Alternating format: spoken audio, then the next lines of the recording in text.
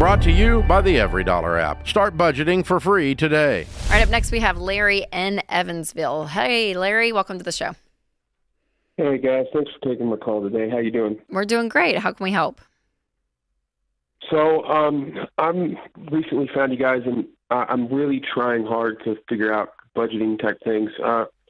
I grew up in a family that, didn't really care about it, and I'm trying to figure it out, and I've looked at EveryDollar, and I'm just overwhelmed with things. Like, I try and budget, and then something comes up, and it's just very overwhelming, and it's just, I'm to the point of, I'm tired of, living every paycheck to paycheck, and, the next week I'm broke, and it's just hard. And I just need help budgeting. I need to figure out, where do I start? What's the problem right now when you say I feel broke? Are there too many bills after your paychecks show up? So what happened is, a couple of years ago, I did some bad things. I got addicted to some things after an accident I had, and I screwed up our family. And when I did that, it made a lot of debt for my family. I'm sorry. No, you're okay. And I'm trying to get out of it. And I try so hard. I work, 65 hours a week. And it's just, I don't know. I honestly can't tell you exactly where it's going. I am paying down the debt that I'm doing, but then also, car repairs come up. My kids need something. Yeah. Yeah. How many kids do you have? I have 3. How old are they? 2, 5, and 8. Wow. So you guys have been through a lot, Larry, for over the last, how long has this journey been for you guys? And are you sober now? I've been sober for over a year now. Okay. A great guy from Boston, took me up there and helped me out. And yeah. It's just the last 6 years before that, I was working, but I'd leave the job because, something would happen or I wouldn't go to work, and, I'd get behind on things. And, I'd say, I'll push this off for now. And it's all just coming back to haunt me. And I'm trying so hard to budget money. Okay, so tell me this, Larry. How much do you guys make in a year, just household income? So my wife makes about 30, about 28 before taxes. And then me, I just started back working about a year ago. And this past year, I made about 51, consistent, staying, with the same employer. That's great. What do you do? I work in home health care. I work with mentally handicapped individuals. Okay. It's something I've loved for a while. Yeah, that's great. That's great. So you guys are making around 81,000. And what debt do you guys have? So we have a car that got repoed a couple of years ago that I because of me, that I'm working to pay off just to, get that out of there. Yeah. We got my wife's car now that, we had to have because we had to have reliable transportation for her. Mm-hmm. How much is that? How much is that? It's about 8 right now. 8,000. Okay. And how much is it that you're repaying for the repossession? About 14. Okay. I had bought it for about 16, but I owed 14 and, just basically stopped paying. Yeah. Okay. So the 2 cars. What else? And then we have combined between just little loans that we tried to get by, and loans to family. We have about, 15 there.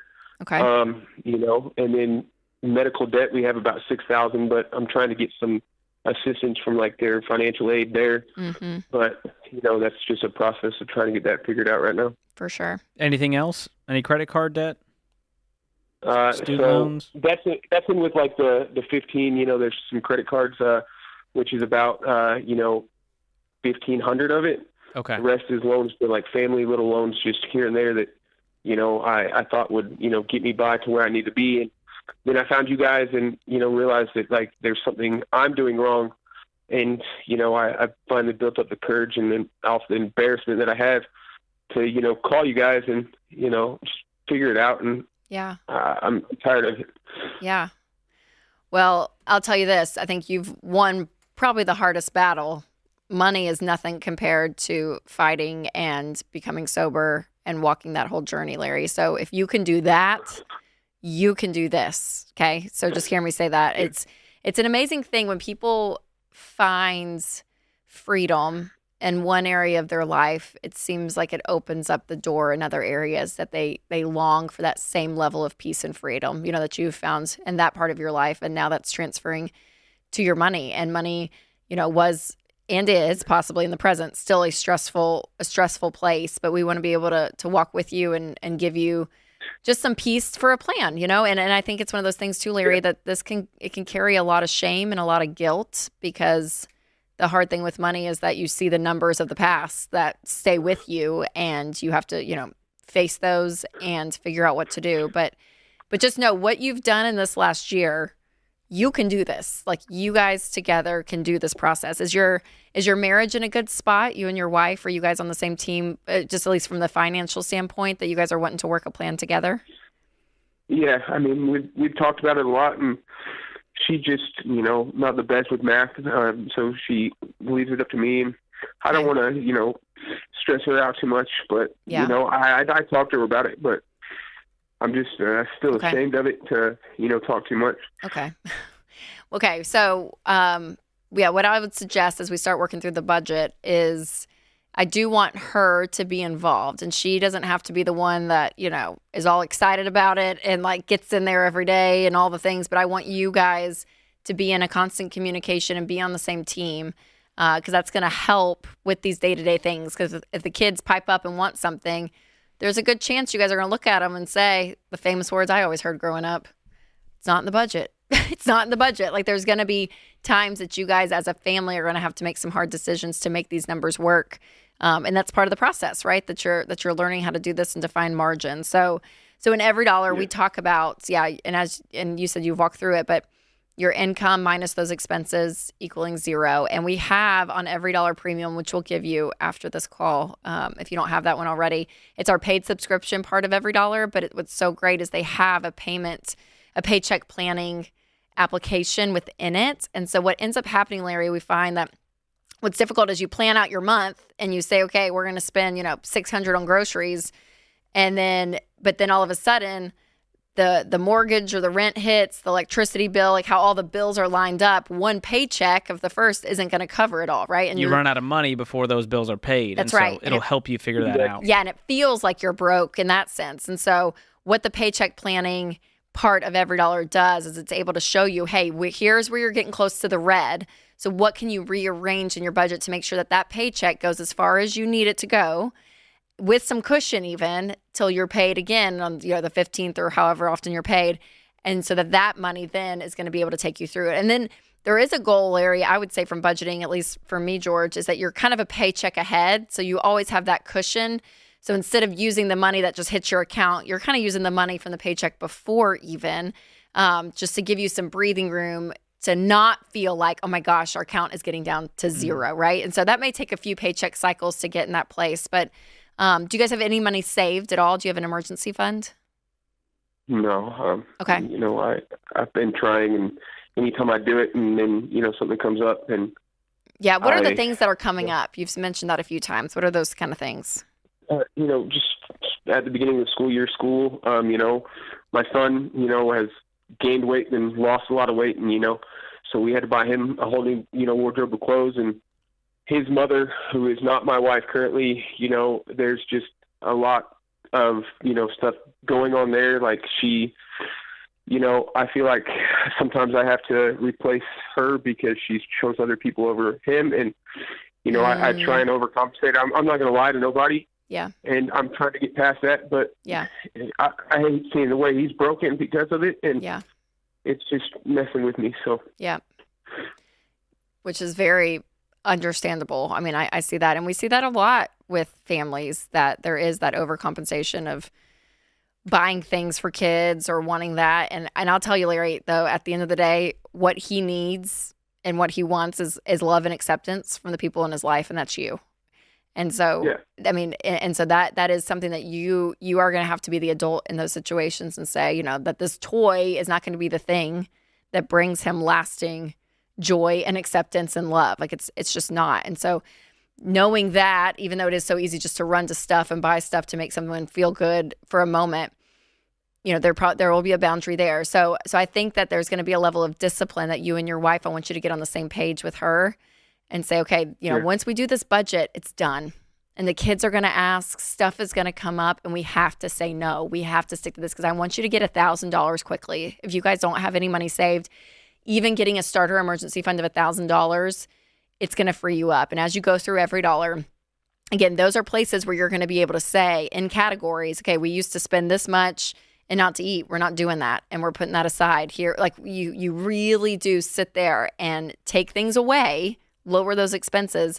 And then for you, if there is a way to up some income for this season, I think it's one of the best things that you could do just to bring in some extra money to get that $1,000 and then start working your way through this debt and working your way to pay this debt off.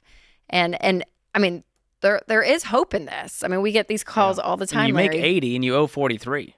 This is a very fixable problem, and it might take 2 years, but we can get out of this. So That's right. Tactical things, Larry. You can add a miscellaneous category to the budget for some ankle biters. You can also print out your bank statement, and that way you'll see a real picture of what was spent in the last few months. That's going to help with this budget as well. Yeah, and give it 3 months, Larry. I mean, we're in February, March, April. Give it April, May, okay? Don't give up. Keep sticking with it. But hold on the line. Austin will pick up. We're going to give you Financial Peace University, our 7-lesson course on money, and Every Dollar Premium, just to make sure that you guys have the knowledge that you need as you start this journey. We're cheering for you. Create your free Every Dollar budget today, the simplest way to budget for your life. Brought to you by the Every Dollar app. Start budgeting for free today. So I have been in a relationship for about 10 years, and I am very much secure in my assets, and my boyfriend is not. And I wanted to know if there's anything that I could do to avoid or to protect my assets from what could possibly be common law marriage. Well, okay. So when you say could be possibly, Rachel and I are not common law marriage experts. We certainly don't know the law in Montana. So what do you know?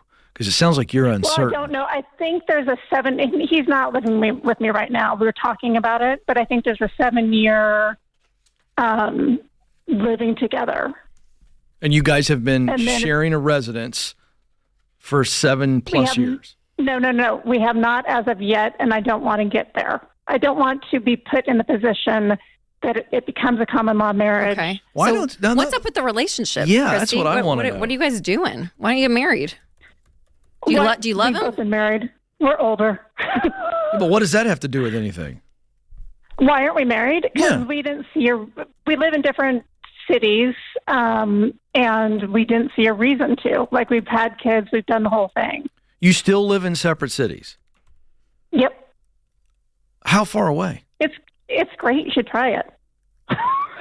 Okay. Wow. That's a little think awkward. I'm good. I'm very happily married. I'm think I'm rolling into good. 27 years, and this is going to freak you out, Christy. I sleep in the same bed as Stacy. It's wonderful. That You is should try totally that. fine. Now, That's I will tell you, awesome. mouth tape has really helped. It's helped. I use the mouth tape now, Rachel. I haven't told You're you like this. an old man. That's an old man move. It's a But it's a great great marriage one. move. It's a great move. Stacy's happy about it. Okay, so how far apart do you all live? A couple hours. Okay, so How often do you get together? why are you worried about the common law marriage if you guys aren't living together? Yeah. Because we're now looking to, so now my daughter's in college, so we're now looking to what does the future How look like. old are you guys?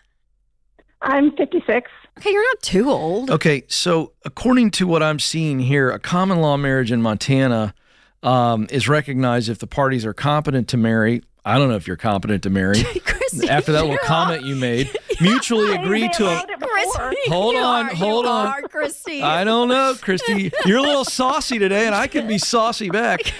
You have to mutually agree to the marital relationship and then cohabit. Well, you guys aren't cohabiting. For how long? Does it give a time frame? What? Does it give a time frame at all? No, 'Cause it just says usually does. cohabit. We know what cohabiting is. Well, I know, but usually there's a time frame with common law marriage if you have been together for 12 years or whatever It does is. it per say, state. but again, have you guys ever lived in the same house? Well, for what period of time? Just answer the question. Yes, we have. How long? A couple weeks. That's not a common law marriage. I might as well have a No, judge's she's rowboat. going to, though. Why She's does he know going that? to. You won't like. Listen, You're going to have to do it for a long period of time on that deal. I'm not sure we can answer your question because I don't think you guys actually. The definition of it's not going to happen unless you guys are together for living together for a longer period of time. And I, in this case, would say common law marriage, I don't think, under our Ramsey way of thinking, I don't think I'd combine finances. I think you keep your assets separately. Your question was, how do I protect my assets? I don't think you guys are combining them because I don't think this is a real marriage. I think you guys get together for conjugal visits, if I can be very blunt. That's what I think this is. It's more than that. You don't do as long as we've been doing for conjugal visits. I'm just saying. You live together for 2 hours apart. For 10 years. How often do you guys see each other in a year? We see each other every weekend. My point exactly. Okay. I'm just saying, this isn't a marriage. Christy, I'm not judging her. Sorry you called today. I'm not judging you. I swear I'm not judging you. Okay, Christy, our advice would be you are keep the 56. assets separate. You still have a good, 30, 35 years together. You could have a longer marriage than what Ken has today from when he married Sadie. Exactly. That's not a marriage. No, but they could have if they got married. They're not going to. But that's what I'm telling her. She called our show. She doesn't and my want to advice get married. is that I would get married. Oh, okay. And I see you what you're saying. have another 35 great years. Maybe my papa's 96, so that's what 45. I mean, I love your sweet papa. You got a long way to go, Christy. And so all of this would be summed up if you're like, yeah, we want to be in a committed. If not, then don't have a permanent residence together, and the common law marriage isn't even an issue. And keep assets separate. And keep assets separate. Yeah, that was my. But whole I think point. some people will go to court if they break up. Though I think that it can feel like a marriage where it's 50-50 regardless of, I don't know. Anyways. Christy, now after all of that, and I tried to answer your question honestly, I'm having fun with you, but I'm dead serious. Everything I said, I completely stand behind. No judgment, by the way. Zero judgment. You do what you want to with your life. I'm a libertarian on that deal. All right. What I am saying is that I would keep the assets separately because I don't think you guys actually want to even do the common law marriage. Am I missing that, or is that what you're saying you're thinking about doing? So if we're thinking about marriage, possibly, we're thinking about moving in together. We're thinking about a lot of different options, but well, if you move in assets together, I agree with Rachel. You should get married. The statistics are absolutely undeniable that it is better for you. And Rachel's right. You're going to have a greater quality of life. Now, if you don't love him and he's not marriage material, then I wouldn't be living with him anyways. Do I? Yeah. I wouldn't be having this conversation if that wasn't the case. Yeah, it's right. Exactly. I don't know. If you love this guy so much, hesitant in this? Because here's why. I'll tell you why I'm hesitant, and I'm on your team. He didn't call, so underneath this snappy sweater here, I've got a Team Christie shirt on. Okay, so I'm cheering for you. I mean this. Okay, here's what I'm telling you. You're better off financially, Christy. Yeah. So what I'm hearing is, if you were my sister, Christy, I'd be like, sis, what are you doing? You don't love this guy that much. If you did, you couldn't stand to be away from him. My wife left town last week with my daughter for a trip with her sister, and they were gone for 4 nights. I really, truly missed my wife. I could not do what you're doing. So maybe, and I'm honest about this, maybe it's just me, but I don't see enough evidence that you really want to commit to this guy and truly marry this guy based on one of the first comments you said. You were like, well, I said why? And you went, well, we're just older now. And I think you've rationalized it. And I also don't think that I think you can live without this guy. And this is not my opinion. You see this guy once a week and you live a couple hours away. That ain't leaving Cleve, in my opinion. Now, I'm old school, and I don't mind when you push back on me. But Christy, that's why I'm a little bit cynical. I think if you would have said, you know what, we've done it this way for a long time, but now I can't live without him, and I want us to have our life completely intertwined, for better or for worse, rich or poor, bad Tuesday night, great Thursday morning, whatever. I don't hear that from you. So therefore, I don't want you to do it. Is there any fact, Christy, that there's a level of you that you've handled money well, you're successful, and he hasn't? That's a little bit of a deterrent? That's a huge deterrent. Oh, you buried the lead. There we go. That would have been nice to know 5 minutes ago. Man. I definitely stand by what I think. Do not move in with this dude. Yeah, don't move in. Do not marry this dude until you guys are on the same page. Yes, don't marry him unless you're on the same page, and don't combine your finances. Keep them separate. What are we doing on the weekends, Christy? What are you doing? This guy's not like values. I stand by what I said. I wasn't trying to be salty. I like Christy. But there's a guy in the lobby that agrees with me. This is adult conjugal visits. We're playing house. I got head shaken all throughout the lobby. I stand by what I say, Rachel. Stand firm, Ken. Stand firm. Oh, it's tough being a Puritan. Create your free every dollar budget today, the simplest way to budget for your life. Brought to you by the Every Dollar app. Start budgeting for free today. My husband and I started a business here just the end of last year, and we were making pretty good money, but it's not quite enough to make ends meet. And at this point, we've put pretty much everything we have into it, and it has the potential, but we're just trying to figure out some more ways to bring money into the business to try to increase that to make ends meet. What kind of business? It's an indoor baseball training facility. Okay, and you said you've sunk everything into it. What does that mean? Pretty much. We started completely debt-free. We pulled an SBA loan, ended up being about $325. We had a very large chunk of money in the bank when we started. Part of that was going towards our security deposit. The other we kept was about $40,000 in the bank. Now we're to the point where we have about $30,000 in credit card debts. We've used my husband's 401k, and our entire savings is put into it as well. There were some factors that came up that we weren't really expecting for, and that money ended up going towards the business. So, was the business ever profitable to where you weren't needing to go into debt for it? Well, we're not really behind yet on the business. I mean, the money that we spent on credit cards and stuff was actually to get the business open and started. We've brought in about $52,000 since we opened December, like mid-December. So it's making money, but our lease payment's $30,000 a month, so we're not making enough. Yeah, you're not making money. Dang. What your lease payment is $30,000? Yeah. What is your 3,000 square feet? What's your debt overhead? What have y'all taken out? We don't really have, the business essentially runs itself, and we don't have hardly any overhead. Like, our utility bill is about the highest we pay. Well, your debt payments are your biggest No, what's overhead. your debt payment? You said $325 on an SBA loan? Mm-hmm. We actually haven't started. They gave us a 6-month draw period, so we haven't actually started paying that payment yet. We've been paying the interest on it, which has been about $2,500. The last one I think come in, give or take. I'm expecting those to increase now, obviously, since we have used the funds from the loan, so that drop period closes, and then we should start seeing the first payment come through. But you don't know what the payment's going to be?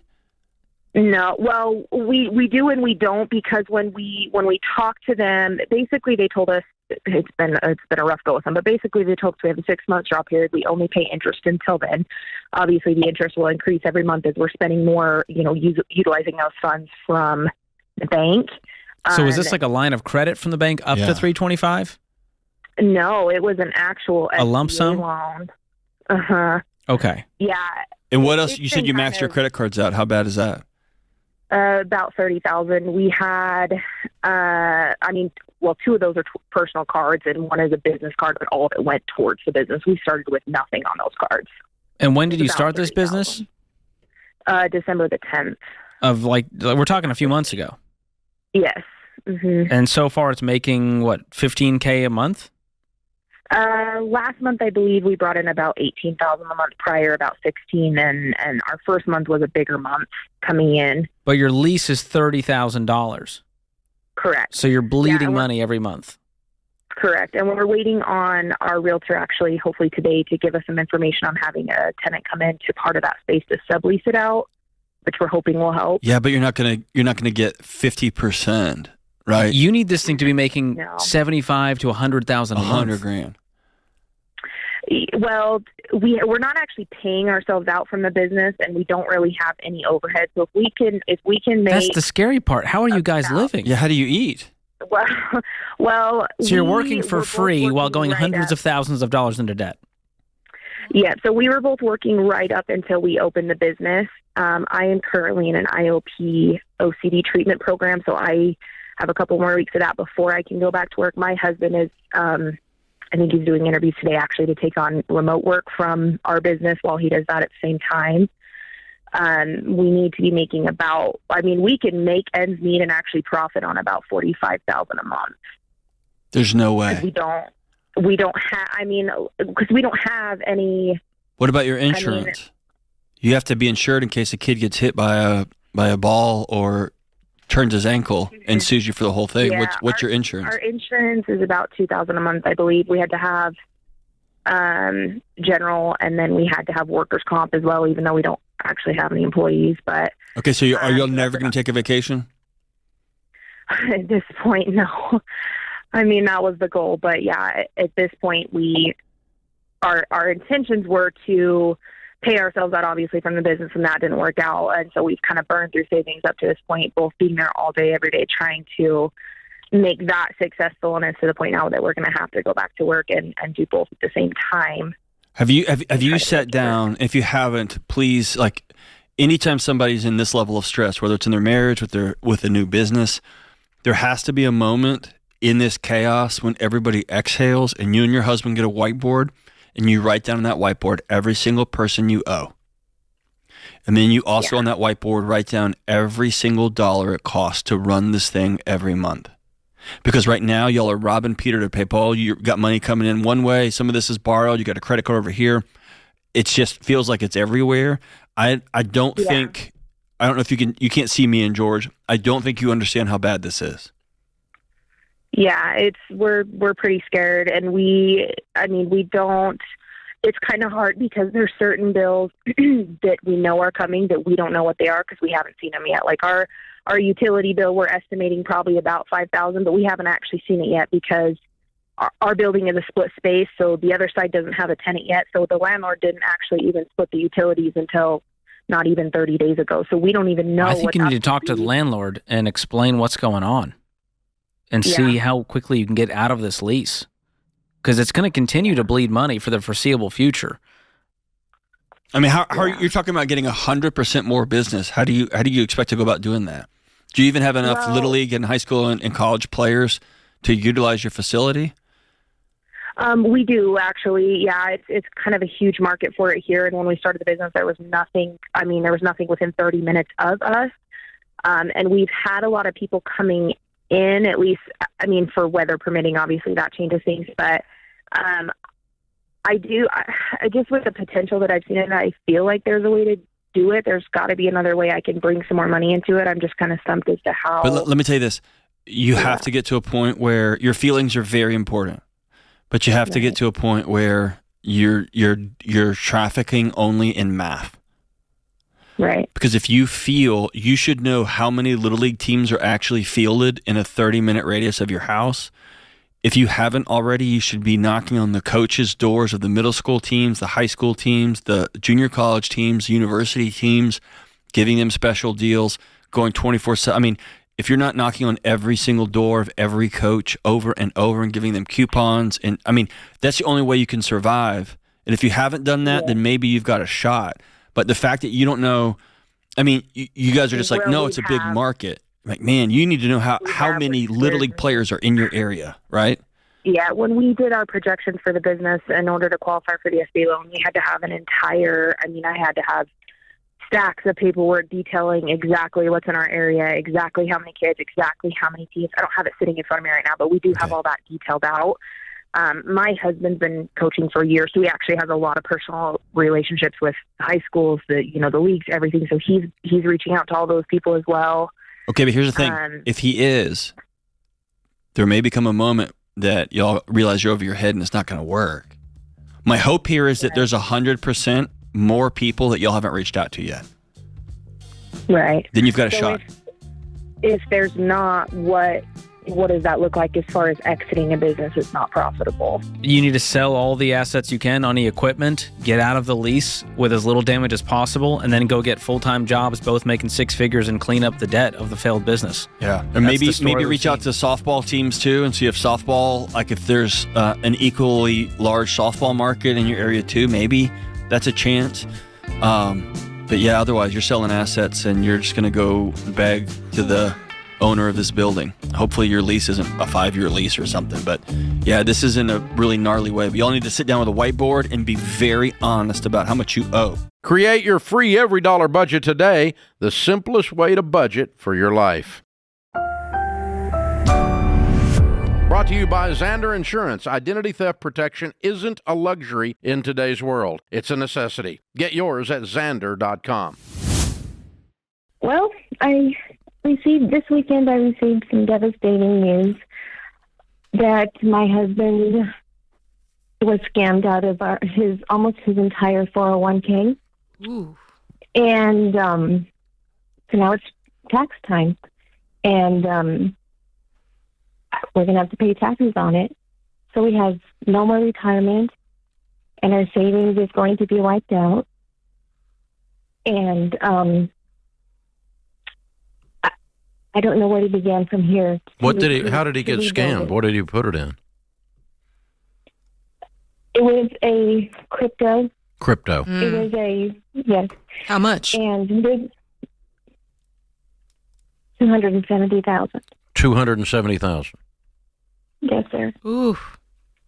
And there's a little bit of a backstory. I'm not making excuses for him, but there's a little bit of a backstory as to why he felt financially strapped, that he felt he needed to do this to secure our financial future. How old are you?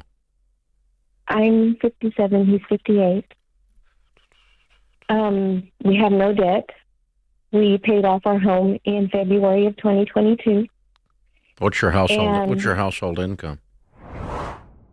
These days, it's not if your identity gets stolen, it's when. So you need ID theft protection from Xander. They monitor your personal info proactively and alert you of any suspicious activity, including home title fraud. Then Xander takes care of everything, including up to $2 million of stolen funds protection and white glove service to help you get your life back.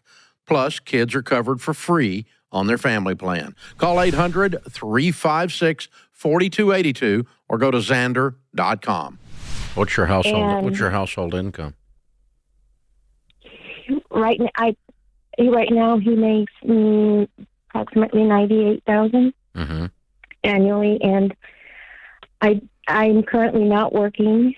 I had to quit my job in January of 2023 because I was diagnosed with cancer, and the medication that I'm on just causes me a lot of side effects that we chose it's better for me to stay home because we could afford it. Obviously, we have no debt again, and he was looking into securing our future so that he may be able to retire early. He started doing some research as to how to invest money. He knows nothing about it. He's not educated in that. So yeah, your voice is fairly muffled. Speak directly into your phone, please. Okay. There you go. He's not okay. He's not. No, he's obviously, even if he is educated, he's not wise. And he got Wise, desperate. no. It sounded like He did, and right after I get desperate, I usually get stupid. That's what it was, and so that happened in January 2024. In about March or April, he came up to me and told me that he invested a little bit of money, and I was like, okay. And he says, and he showed me that he showed me the app, and he showed me that the money was, we had made about $300,000 or $400,000. And I said, okay, well, how much did you invest? And he told me, at that time, he said $30,000. I said, where did you get the money from? Because I take care of all the banking. And he said that he pulled it out of the 401k. And I said, okay, dumb mistake. We'll get through this. I found a temporary job. I made enough money to cover the taxes. I calculated we probably owe about $6,000 taxes. I said, okay, great. Well, I'll take care of it, and I'll get a permanent job so it won't affect our savings. And now that it's tax time, I kept looking for the form that comes in, the 1099-R, I believe, and he kept making excuses as to why we hadn't received it. So I kind of had a feeling that it was worse than what I knew, and that it was worse than what he had told me. And this weekend, he gave me the paper, and it was $270,000. So now we will have to. And now it's worth zero, of course. Yes. Well, I looked at it last night, and there was about 16,000 in it right now. But Was it really a scam, or did he just lose? Like, did he get scammed by a scammer, or he invested the money and he lost the investment? No, it wasn't an actual scammer. I had demanded that I back when he told me it was 30,000, I demanded to know where he sent it, how he sent it. I wanted to know everything, and apparently it was a company in Hong Kong. And I looked up the address, and it's in the slums of Hong Kong. I'm like, why didn't you do the research before? Well, the thing is now, he said that it was the 200. I'm like, how can you go from 30,000 to 270,000? And he said it was about the same time. He invested here, in a couple of different. Okay, let me ask you this. Yes, sir. Does he now own that this is stupid, or is he still defending? No, he owns it. He's been living with this for the past year, and He was lying about it 20 minutes ago. Yeah, you said he just came clean with it. Yeah, he just came clean with it, but he was living with that lie for the. But I mean, he's now saying out loud, "I completely screwed this up." Yes, he has. That's important because otherwise he's going to do it again. Right, and he's like, I'm prepared to work till I'm 70. I mean, yeah, he might has as a really well. good job right now, and There's not a choice at this point. Belly up, buddy. How's your health? Are you improving? It's getting there. I'm on a clinical trial. Okay. And so I'm hoping that this will be something that will, give me more time, and I feel pretty good, except, just the usual side effects. I mean, not the usual, but the side effects of the medication. But thank you. I'm happy to, every day is a good day, and I'm not going to let this bring me down. But it does scare me for our future. Well, the good news is you have no payments. And so what he needs to do is max out his 401k, and you'll need to max out your Roth IRAs. And you need to tell him that if he makes any transactions without the two of you being in agreement ever again, that will be the last time he'll do so as your husband. Absolutely. He needs to understand that this has extreme consequences. Because he not only did something stupid, he lied about it at length. Deceived, created a web, a full scenario of lies. That concerns me actually more than his stupidity. Correct. And so, that's a big deal. So, yeah, you guys can catch up. I mean, you can make 100, 120, and you can max out your 401ks and Roths, max out your Roths and work another 10 years, 12 years, and you will have enough of a nest egg to retire on if you don't do this again. But as soon as he gets desperate and tries to pull off a fast one, that's when you get messed over. And so, ouch, I'm so sorry, honey, tough. with everything you're facing. It's just not fair. Wow. All right, guys, let me give you a couple principles on that. There's a guy who scammed a bunch of people and wrote a book from jail in the 70s. The book he wrote about himself was Con Man or Saint. Obviously, he thought he was a saint, but he was in jail, so he was a con man. Okay, but I read that book in the early 80s and as a teenager, early 20s. And the only thing I really got out of the book was he said it's almost impossible to con someone unless they are afraid or greedy. This guy was afraid. His wife had cancer. He's trying to get a bunch of money so that he can not have to work and take care of her. Yeah. And he got desperate based on fear, and he said that set him up in the emotional category to be conned. The other crypto people that get conned are the greedy ones. They're trying to make double your money in 20 minutes because I'm the cool kid and I'm the smart one, and I grew up with a cell phone in my hand, a smartphone in my hand, so I know everything about digital. No, you don't. You're a greedy fool, and you're going to lose your butt in crypto also. The second thing you can do is, who can find a virtuous wife, for her worth is far above rubies. The heart of her husband safely trusts her, and he will have no lack of gain. If you have to hide the investment or the financial move from your spouse, warning, Red warning, flag. you're screwing up. I have no lack of gain, because Share not talk about it before we do it. And it keeps me on the rails. The best ID theft protection is from Xandr. They not only monitor, they help you get your life back. Go to Xandr.com to learn more. Brought to you by the EveryDollar app. Start budgeting for free today. Courtney's with us. Courtney is in Colorado Springs. Hi, Courtney. Welcome to the Ramsey Show. Hi, thank you so much for having me. Sure. What's up? My question is, how do I protect, or how does my husband and I protect our finances against his money-hungry ex-wife? Money-hungry ex-wife. Why would Yes, she have sir. any access to your finances? She's called the ex-wife for a reason. Basically, our main concern is, could she pull more child support when she finds out that he's been married?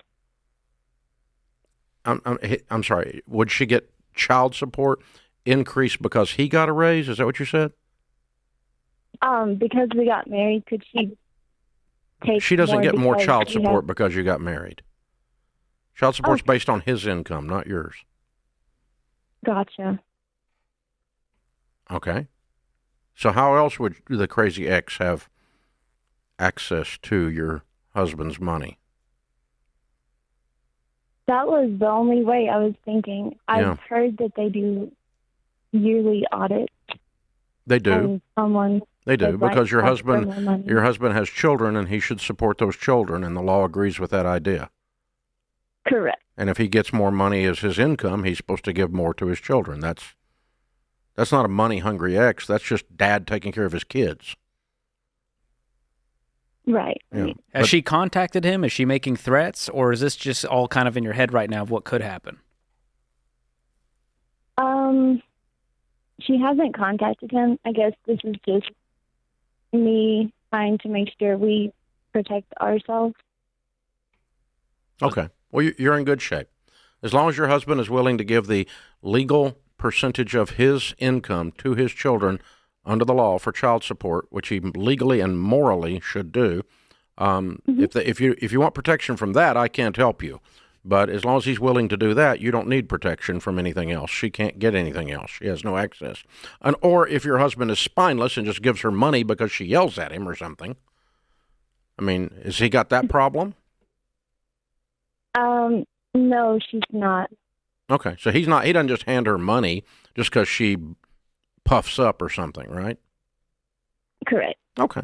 That's just a behavior issue. That's not a legal or a financial issue. But yeah, I mean, sometimes people are intimidated by their exes or whatever, and we have to just kind of correct that by saying, X in front is a reason. Yes. X means no mo. No more. That's what that means. We're making no sure mo. the courts decide how this goes down, not his emotions or her. And so that's the important part. It sounds like this is largely right now just a fear versus a reality. Yeah, like you have discovered that no one likes your husband's ex. Oh, well, that's really, Makes two of because you. she's a greedy jerk. Okay, whatever. That's fine. No trouble.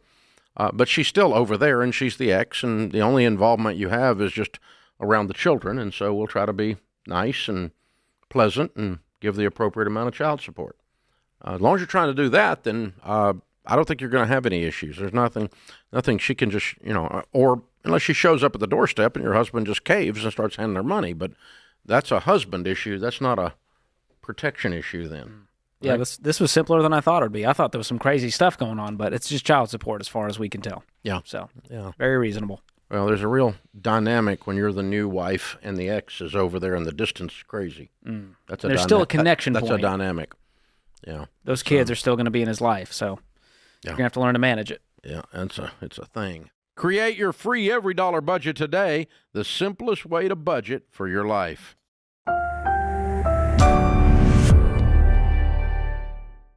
David is on the line. Hi, David. Welcome to the Ramsey Show.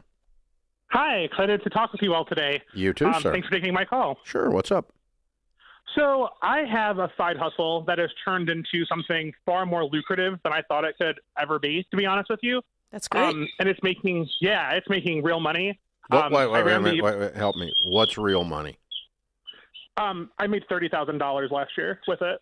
30,000? As a side hustle, that's good. Mhm. Okay. totally unexpected side hustle. But I cannot tell you where a single one of those $30,000 went. I looked at the reporting over the weekend and I almost threw up. So, yeah, my question is, like, how do I tame this side hustle? Because it's very hand to mouth, my own personal thing. No one watches it. I work and I get paid. I just want to be better with it and actually have some money to look at the end of the year. What are you doing, dude? So you might be able to hear it in the background, but I'm actually a bird sitter. I was going to say, it sounded like animals. Yeah. She is not calming down, and she will knock it off of me, but here we are. But no, I bird sit for about 100 different parrots in Chicago. Oh, and my I'm goodness. the number one guy on Google. If you search bird sitting Chicago, I'm the first guy that pops up.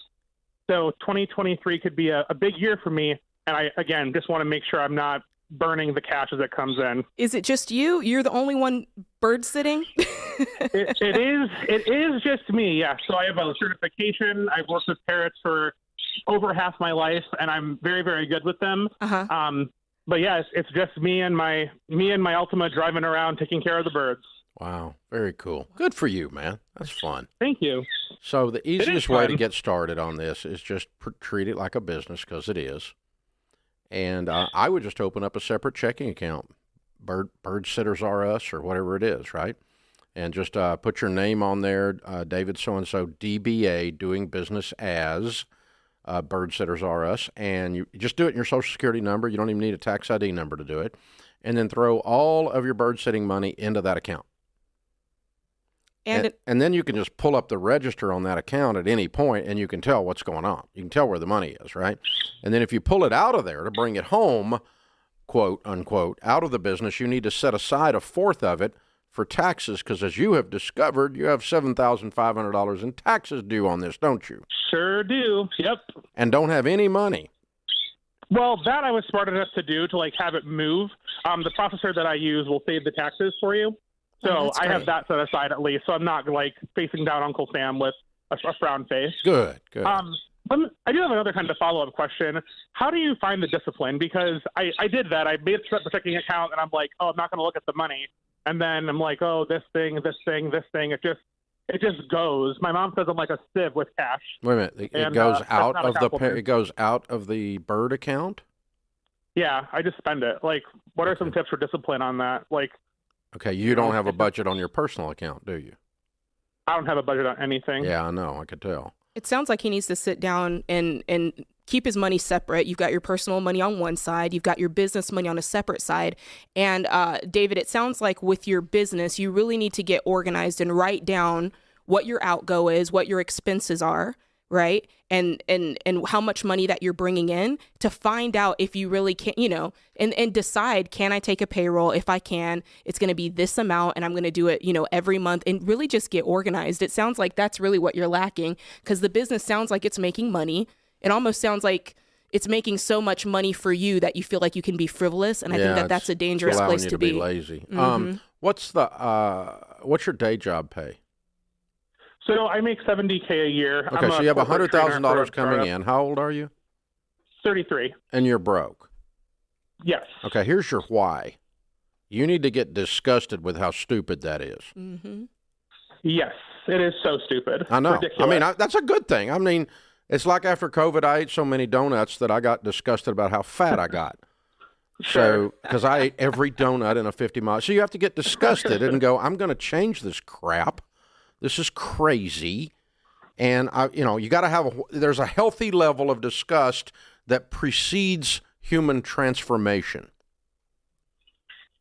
Like, I've had it. I'm sick and tired of being sick and tired. I don't like this feeling of being this inept. I don't like this taste of regret with $100 grand going through my fingers, and I have no idea where it goes. That taste on my tongue is awful. It's like a bad fruitcake this time of year, right?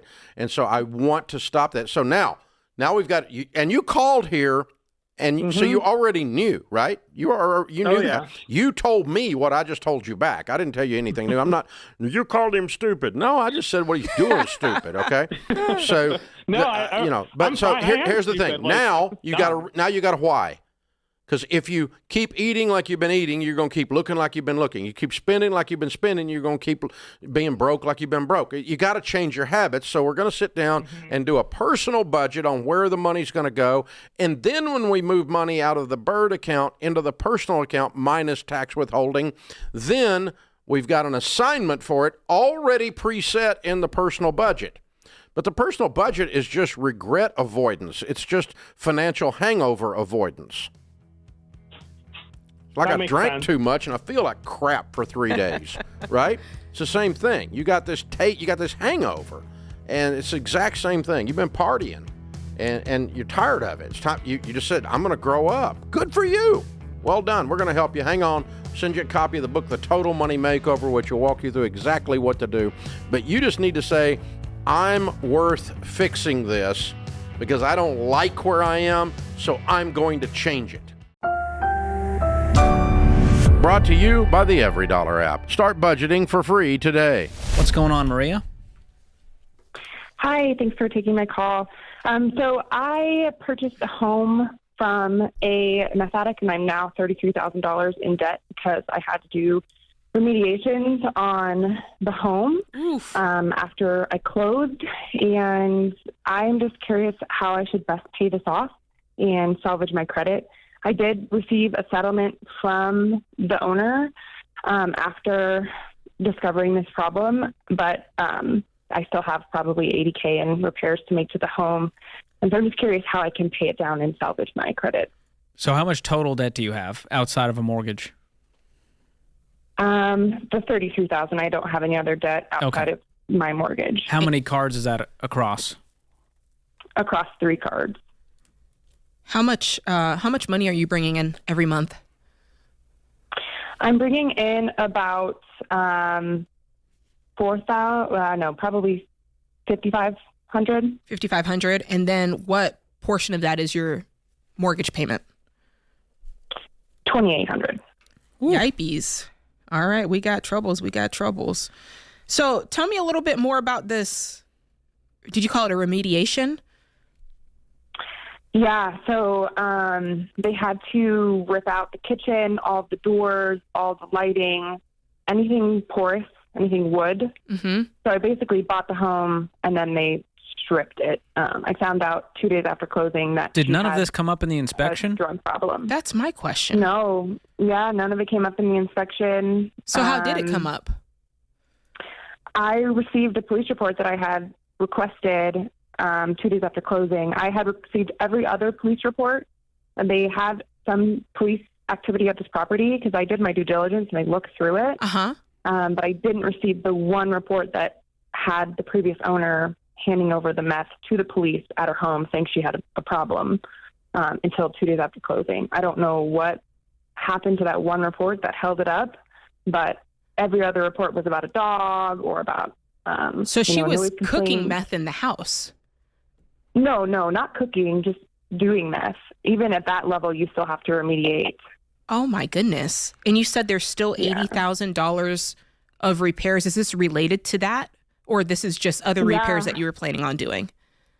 Related. They stripped the home after I purchased it. And so I couldn't really go back and I couldn't undo the loan.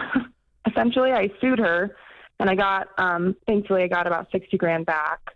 But still, there's what happened to that? amount of debt. Yeah, what happened to that $60K? So I have that, and that's my question is, how do I pay down, do I pay it all in one lump sum?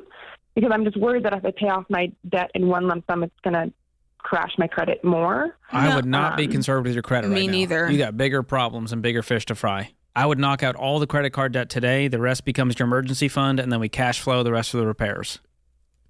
Okay. And so just make the rest of the repairs as on cash. As you're able to. On cash. Yeah. Okay. But leave 3 to 6 months of expenses in there for actual emergencies, which is not known repairs. Okay. Because we want to avoid you going further into debt. I don't know why you're concerned about the credit at this point. You're not going to go take out more debt, are you? No, but it just. You've got a home. You're going to make a mortgage payment every single month. You're going to be just fine. The credit score will settle itself. Yeah, and you're not planning on taking out more credit. So No, okay, you're right. That's the only point of having a good credit score is so you can access more debt.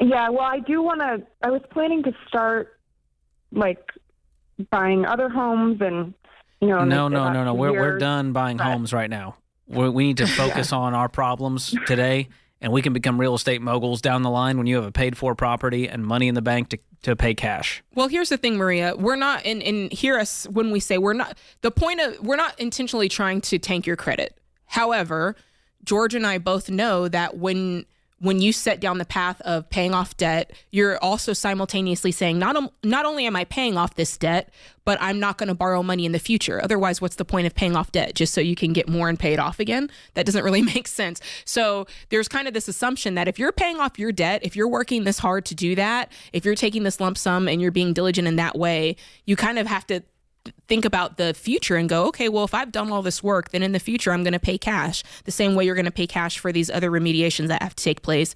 In the same way, in the future, if you do choose to buy real estate, you'll save up and pay cash for it. Even though that sounds like a mountain load of cash, it's just good to kind of draw that line in the sand.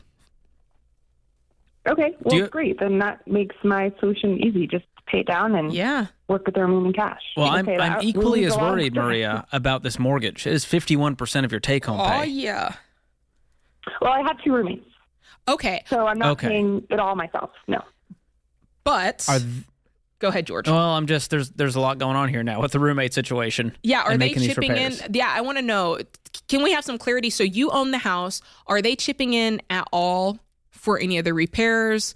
Tell us more. You're the landlord, so it's on you. Oh, I guess legally. That's true. But are you increasing the rent to help cover some of this, or what's the deal there? No, rent is staying the same with them. They are helping with repairs, like by, helping come in and actually do the repairs. So their time, they're paying me with their time. Right. And that's fine. And so that's been helpful. And then also my mortgage lender offered 2 years free refinancing. So hopefully if all goes well, not predicting the future, but if all goes well, I'll be able to refinance. So if the rates drop, they're saying we were not going to charge you to refinance. Exactly. Mm-hmm. Interesting. Okay. The only thing that makes me worried about this situation is when people own homes, but they can't afford the rent on their own, so they have roommates. I always like a situation where you can float the rent on your own and you can do the mortgage on your own. You don't need the roommates for it to, in order for it to not be dangerous for you. And I don't like the fact that this would be dangerous for you if something happened with the roommates. That's my only red flag on this. Well, I can definitely float the rent myself. So what I told you, the mortgage, I guess I should clarify, that also includes utilities, insurance, all of the things bundled. I have no car debt. I have no other debt. Okay. My monthly expenses include my cell phone, and that's more or less it outside of food. So I can definitely float the rent on my own. Well, I'd focus on just knocking out this credit card debt today. Cut up the cards, don't look back. Use the rest of the emergency fund and cash flow the rest of these repairs. Do not go into debt ever again. And I'm sorry you're going through this. That's crazy. Goodness gracious. These inspectors. Crazy. Should I just go become an inspector and be like, looks good, guys? I don't understand how that was crazy. missed. Wow. Whew. Create your free every dollar budget today, the simplest way to budget for your life. Brought to you by the Every Dollar app. Start budgeting for free today. Me and my fiance are getting married. We're just doing a one-on-one ceremony, me and her, in about a month. And we had decided to fund this ourselves. And our budget was around $10,000 to $12,000. In the initial discussions, I was going to bring X amount of money. She was going to bring a significant portion. So I was going to bring around $2,500. She was going to cover the rest. When we had this discussion, when we planned this, I had decided, I had budgeted based on projected income for the month of January and how much margin I would have in my budget. That did not come to fruition, and it's created a strain because I'm not able to contribute the portion that I thought I would be able to. I'm in a very tight budget right now. I will follow that up with, I am bringing debt into this marriage. From the second we'd even discussed marriage, she's had a full look into my finances. She sees what I spend. There's nothing hidden.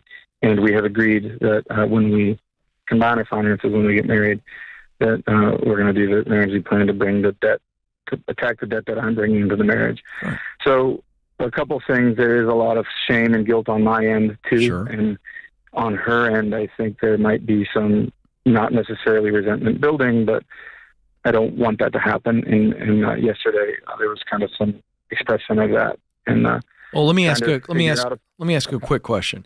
She's fully aware of your finances, and which means she's probably very fully aware of your work and how you get paid, and that sounds like you had no control over this income. So she's disappointed, yes, but does she understand the circumstances by which the money hasn't come in like you thought it would? Yes, and that's kind of the question. All right, second question.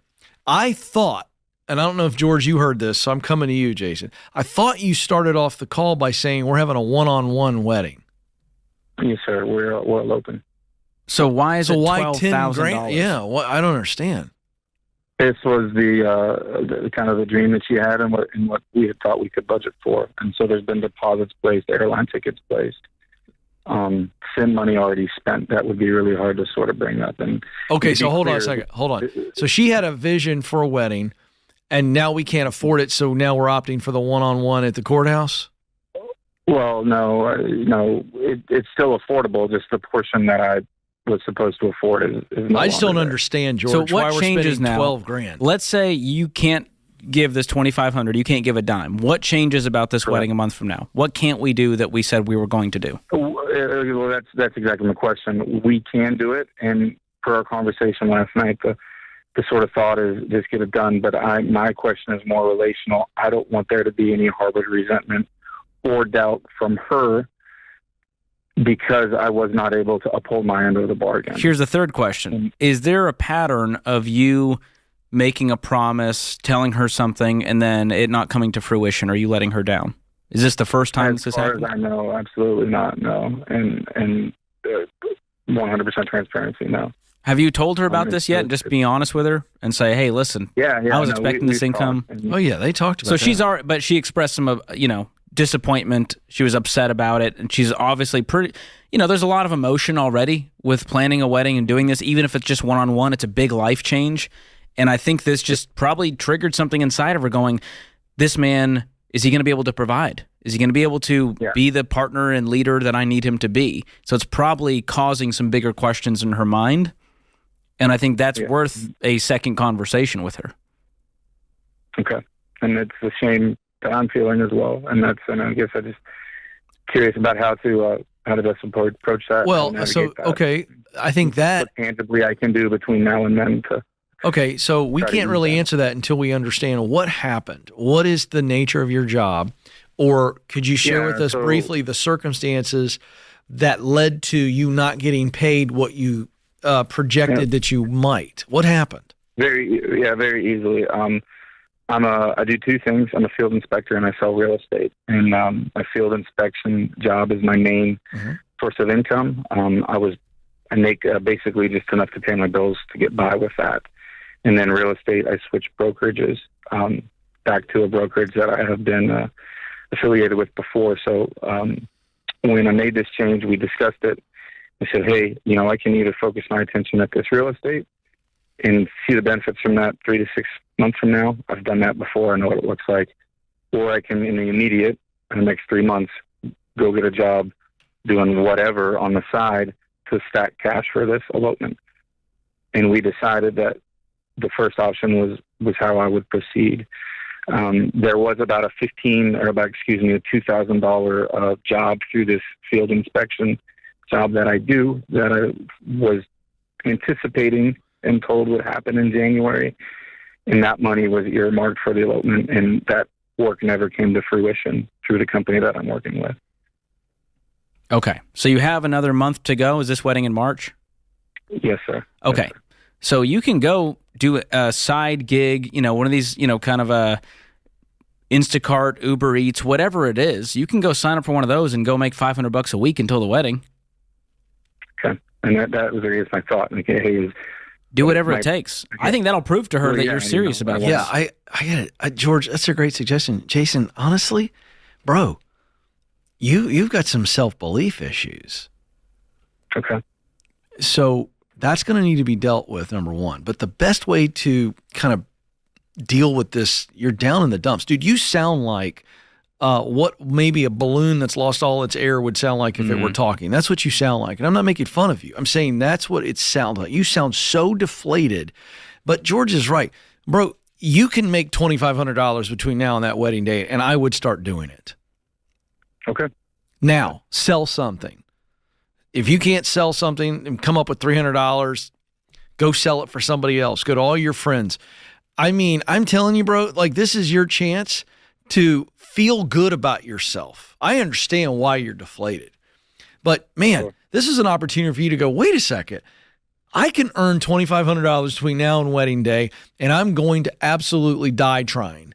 And I'm going to do it, and I'm going to find all the ways to do it, and that's all I'm doing. I'm waking up going, I've got you need a poster board in your bedroom on your mirror looking at some type of a thermometer that people do, like $2,500 or bust. If there's 35 days for the wedding, say I'm going to make $100 every day, no matter what, come hell or high water. Yeah. So, I mean, let's go. And then here's the deal. And then enter into this marriage all in with your wife to be on the baby steps. How can let's give them a wedding gift, George. What should we do? Ooh, I love it. I think Financial Peace University for the two of you would be great, along with Breaking Free from Broke for you specifically, Jason. Read the Margin is Breathing Room chapter. I've got 10 ways to make more, 10 ways to spend less. If you do both of those things, you're going to find that margin to save up. And I want you to have that next conversation, not with a mopey attitude, but with optimism, with an excitement, with an enthusiasm that she goes, oh my gosh, this is a new Jason. That's right. And tell her, I'm going to come up with the $2,500, babe. Don't worry about it. I may not see much of you, but it's going to be a great wedding. Create your free every dollar budget today, the simplest way to budget for your life. Thank you for joining us, America. This is the Dave Ramsey Show. Tim is in Grand Rapids, Michigan. Hey, Tim, how are you? Not too bad, Dave. Yourself? Better than I deserve. What's up? I have been recently divorced, and through that, I was able to become debt-free through your program. Cool. With the one exception of I screwed up prior to listening to you and co-signed a student loan for my second son, who has now not paid the student loan, and I just found out from Wells Fargo that they have written it off. And I owe $53,642.48. And I don't know the best way to do it. Well, is it a federally insured student loan? I believe so. Yeah, it's a Sally Mae loan then. Okay. All right. Well, the problem is when you co-sign something, it means also sign. And and if the person that is the primary doesn't pay, you're liable. And so you're 100% liable for this is the problem. And I assume he's going to do nothing. That's the plan for him? Right now, I don't believe he can. Okay. And what do you make a year? $60,000. Okay. And I'm guessing you don't have $53,000 laying around, right? I do not. You know, they offered a settlement of $34,861.11. Really? I don't have that sitting around unless I draw it out of a retirement fund. Really? Which I've already given half of that away to my wife, ex-wife. So. Okay, there's something wrong because you're not going to get a settlement offer that low on a Sally Mae government-insured loan. This is not a Sally Mae loan. Okay. This must be a Wells Fargo. That's all I know is student loan. Yeah, it must be a private student loan. Okay. What kind of school did he go to? He went to it was Full Sail University down in Orlando, Florida, for computer animation. Yeah. Or he went for computer. Yeah, he didn't get a Sally Mae loan. Is that school still open? Yes. Okay. Do you have the ability to borrow it anywhere else? Because I mean, you're getting a deep discount here to get rid of this thing, and you know if you could put together even $25,000, I'd offer him that. I mean, do you own a home you can get a second mortgage on? No, that's what I sold and got out of debt. So I rent right now, and with this on my credit, I'd have to find a friend or family. Yeah, don't want to do that. No, don't want to do it to anyone. Okay, how much is in the 401k? I think I've got about 80,000 left. Yeah. Here's the problem. You pull money out of that 401k, you're in a 25% tax bracket. You're going to get hit with 25% plus 10% penalty, 35%, and they're not discounting it that far. Or they're discounting it about that far, actually. But so what I would do is one of two things. First thing I'd probably do is just tell them I can't pay you anything. Okay. It's bad credit. It's bad on your credit. It's just sitting there. And then I would get about the business of piling up cash as fast as you can pile it up. Because if you wave $20,000 or $25,000 cash in front of their nose, they're probably going to take it. But it's going to take you like, a year of beans and rice to put that together, right? Right. And that'll get rid of the loan completely. It'll be completely gone at that point. And for your son and for you. So, that would be a way to do it. But it's not going to make mathematical sense to cash out the 401k to do this. Okay. So the only place I hear for you to make money is income. And, how much does your son make a year? He's trying to be self-employed. I think that's the biggest issue. From what I'm gathered from him is he's got enough to pay his rent and pay his electric and food. So he's single? He's single. How old is he? He's 27, and him and I are going to have a big discussion on getting his butt out and working. Yeah. Because he's going to pay me back, but he's going to also help me get this thing taken care of. Exactly. I think you pile up as much cash between the two of you as quickly as you can. And again, I'm thinking if you wave 50 cents on the dollar, $20,000, $25,000 under their nose, they're going to take it because I'm thinking they don't figure they're going to get money. They figure this is gone, and you're just settling. Basically, this is regardless of what kind of a loan it was originally. It's basically a large, unsecured personal loan that the two of you have signed, and that's the way Wells Fargo is looking at it. And so they're running the numbers going, this 27-year-old, the self-employed, is not going to pay us. This recently divorced guy making $60,000 is not going to pay us. We're up a creek. That's what their numbers are telling them. Okay, and before I do anything again, get everything in writing that they agree to it, correct? Always. Okay. And so, but I'm going to make them some kind of a cash offer that I throw, because I've thrown some money in a pile and able to do that in the next year or so between you and your son, and the two of you lock arms and say, okay, we have a mutual problem here that we're going to mutually jump on and solve. And that's how I would do it.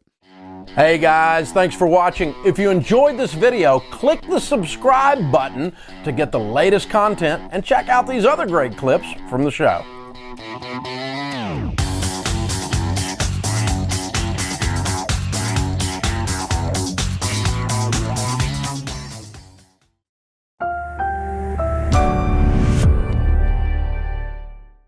So George, they're dropping like flies. Who is?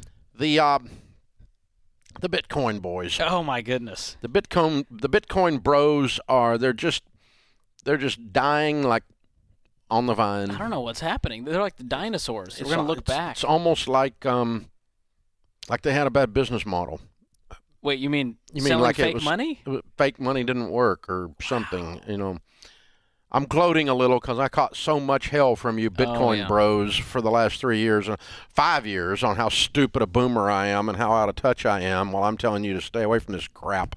And now another one files bankruptcy just a few minutes ago, right? Oh, yeah. Yeah, we had BlockFi? BlockFi. Crypto lender BlockFi follows FTX into bankruptcy. And follows 4 others that filed this week into bankruptcy. And it's because it was a house of cards. They're all connected. They is dropping like flies, man.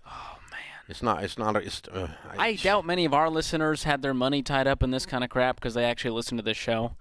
So I hope no one out there listening was hurt by this situation because users are going to their accounts and it's zero, and they're not getting their money back in these situations. So it's a scary environment if you did throw a bunch of money into crypto, which Millions of people have. You remember the old movie It's a Wonderful Life? Oh, yeah. Had a run on the bank. Yeah. You go to get your money out and you can't get it out. The bank went broke. Who knew? It's a Wonderful Life. It's a modern day tale. Yeah, I wonder if there's any little angels with their bells ringing on this one. I'm guessing not.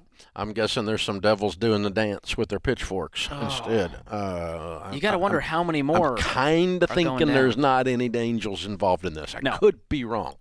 I mean, the guy looks like Belushi in Animal House, so there's no way that he's. Actually, Belushi in Animal House, as stoned as he was, looks better than this guy. So, wow. That's what happens. You don't get out of the basement often enough for fresh air and a haircut. Oh, man. This is a house of cards, Dave, truthfully. I mean, the whole thing is just crumbling because they were all intertwined with each other, and it turns out it was only worth what people were willing to pay for it based on hype instead of based on actual, revenues and profits, which is what the S&P 500 is based off of.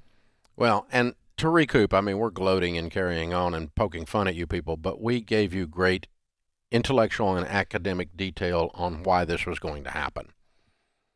I just truthfully did not think it would happen at this scale this soon. Even that caught me by surprise. I figured it was going to, it would unravel. There'd be a few things drop here or there, and eventually the thing would stabilize and, over a period of a decade, begin to get some actual credibility. I thought it would probably work its way through. I don't know if the whole thing makes it. It may just completely Implode. Cave in. I mean, the domino effect on this has been wild. Because here's the thing. Rabbi, this is an interesting lesson for everybody, not just Bitcoin, but about everything. Rabbi Lapin talks about this book, our good friend. He's an Orthodox Jewish rabbi, best-selling book called Thou Shalt Prosper. In the book, he looks at money through the Jewish lens, and he explains to us properly that money is not about math. Money is about trust. Money is spiritual. And so that's why all kinds of weird things have been used as a medium of exchange throughout history, whether it be a gold bar, wampum that we trade Long Island for, furs in the Old West, pioneer days, 2 beaver pelts. Why would you take a skinned beaver pelt as payment for something? Because you trust, you believe that other people will exchange that for some biscuit dough and some hardtack, right? And so that, you can use anything as a medium of exchange if you trust that it can be used to exchange goods. In the Old Testament, one of the things that was used was oil. Oil was used to keep the Holy of Holies, the lamps burning in the temple in the Holy of Holies, and oil was a symbol of God's Spirit. It was used to anoint kings. You see the prophets pouring oil over the top of the head of King David or King Saul, anointing them king. And oil, because it was prized, then you could literally go into the marketplace in those days with a carafe of oil and do an exchange. And so when the Bible says in the house of the wise are stores of choice food and oil, it's an indication of wealth. Choice food and oil were indications of wealth because it was used for a medium of exchange. You can use, textiles. You could use anything that another person would accept. And so it's about trust. It's a spiritual thing. Money is spiritual, and all money is spiritual. The dollar bill is no exception. It's not magical. The only reason the dollar bill is more believable, has more credibility, is because it's more widely accepted and has a longer track record. That's all. Yeah, and backed by the government, and so that's where the regulation comes in versus. But you have to believe that matters. We all are in agreement that this dollar is worth something. I'm really, the backing of the government doesn't even impress me anymore. It's just the idea that I know that I can take this and go buy a steak with it. I can fill up my car with it. Well, I can't. I can put a few dollars. Almost. I've put a little bit of stuff in my car, but a little bit of gas in my car. But you know what I'm saying? It's and crypto never really had that. It doesn't have a track record. It wasn't volatile. It was too volatile. It was too narrowly accepted by a very narrow portion of the population, and yet everyone attributed to it the same credibility, the same spiritual power that, say, the dollar or even the peso or even the yen has. And it was not there. Yeah. It was a nuance within the economy. Even though it was massive, it was still a nuance within the world economy. It had not yet proven itself. No. It was an out-of-control, overgrown baby child. And now it's fallen in, and everybody started treating it like it was a legitimate thing, and they got their heads taken off. Well, we kept telling you, don't do this. And the fraudsters and the scammers started to realize we can make a quick buck by entering the space. Well, you know why they entered the space? That's also spiritual. Because who was playing in the space were people looking for quick, easy money, and people who are looking for quick, easy money are always easy prey to the con artist and the scammer. And so you're most easily conned when you're afraid or when you're greedy. And if you're neither of those, it's very hard to con you. Yeah, you're not. And you don't fall for it. But get rich quick, man. If you're in there going, I'm cutting edge. I'm a Bitcoin bro, man. I'm the smartest guy on the planet, and I'm on TikTok, and that proves it right there. Yep. And I'm all of this crap, and you're setting yourself up. Absolutely. Well, I just hope my next paycheck isn't in beaver pelts. I'm a little worried now, Dave, of what you're trying to get at here. Dave's trying to go back to the old times. Let's see if he'll take some textiles this month. Oh, man. George, I'm going to leave at the break and go hunting. That would not shock me, honestly. I'm never killed a beaver. That's why you bought this property by the woods, Dave, so you can take a quick break. That's it. I can go down there and make a beaver pelt and pay George. Oh, That's what we'll do. Just go, go down there to Next segment, I'm going to be Davy Crockett with this on my head, Dave. It's going to be great. He did not wear a beaver pelt, George. That was a coonskin cap. You are so lame. This is The Ramsey Show.